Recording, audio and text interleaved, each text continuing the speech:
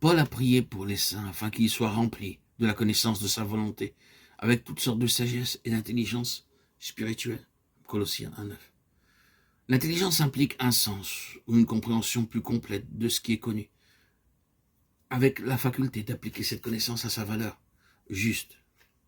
C'est une question d'appréciation ou de perception intuitive de la nature cachée et de la tendance des choses qui diffèrent de l'impression simplement extérieure produite sur les sens et qui demande la pensée et le raisonnement. Il peut se trouver quelque chose de cela chez les personnes douées naturellement d'une intelligence ouverte et vive. Mais l'intelligence spirituelle est quelque chose de plus. C'est cette faculté de l'esprit renouvelé, une vision intérieure, une perception, un sens, une appréciation à l'égard des choses divines qui est l'œuvre du Saint-Esprit. C'est la faculté qui donne à celui qui la possède une assurance intérieure de ce qui est de Dieu et de ce qui n'est pas de Dieu. Lorsqu'il s'agit de questions très subtiles et lorsque les choses sont loin d'être évidentes. Ce discernement ou ce jugement peuvent n'être pas toujours expliqués pour commencer et n'avoir pas toujours de raison d'être.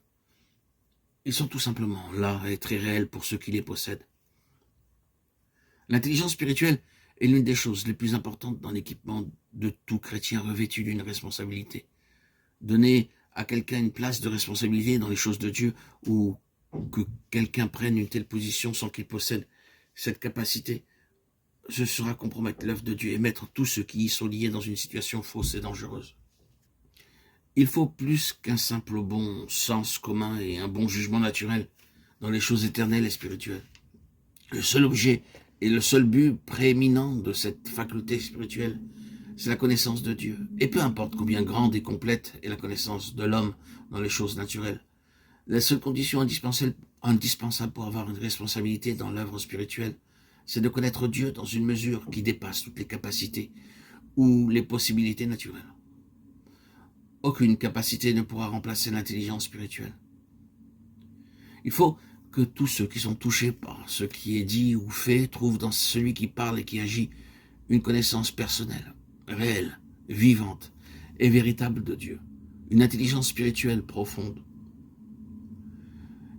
Il est significatif de constater combien de personnes ont été amenées dans une position en vue par certaines formes de l'œuvre chrétienne, mais ce n'est pas le christianisme de Romains 6. Tout mouvement qui encourage la conscience de soi est dans l'erreur. La conscience de soi, que ce soit un moi mauvais ou un bon moi, un grand moi ou un petit moi, est une faiblesse et un mal.